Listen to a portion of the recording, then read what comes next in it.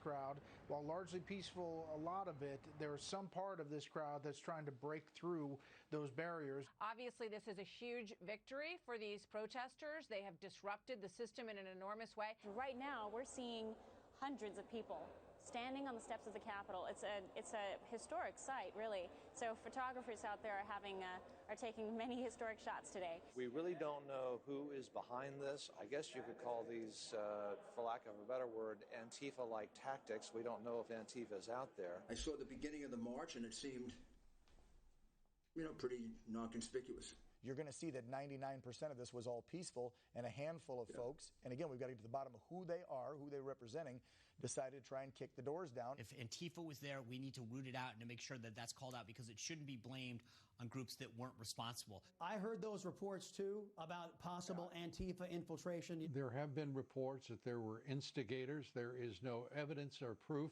We also knew that there's always bad actors that will infiltrate large crowds. An overwhelming majority of them, more than 99% had to be, were peaceful. But because of a small contingent of loons, these patriots have been unfairly maligned. Overall, Lou, the majority of people were peaceful. We said protesters earlier, but that's not accurate for the folks who went inside and did damage inside the Capitol. Those are extremists. Is it fair to say that?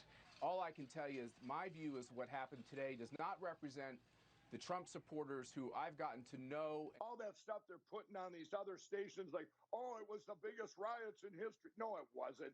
People were up there and it was peaceful. What you can't condone either, though, is the way the media's covered this, Mike Carter. I'm watching behind you. It looks pretty calm right now. And if you were to listen to Fox News and MSNBC and CNN, they were telling us that all hell was going to break loose tonight, as if this was BLM and Antifa. What happened today will be used by the people taking power to justify stripping you of the rights you were born with as an American. If you don't bother to pause and learn a single thing from it, from your citizens storming your Capitol building, then you're a fool. You lack wisdom and you lack self-awareness. You have no place running a country. We got to this sad, chaotic day for a reason. It is not your fault. It is their fault.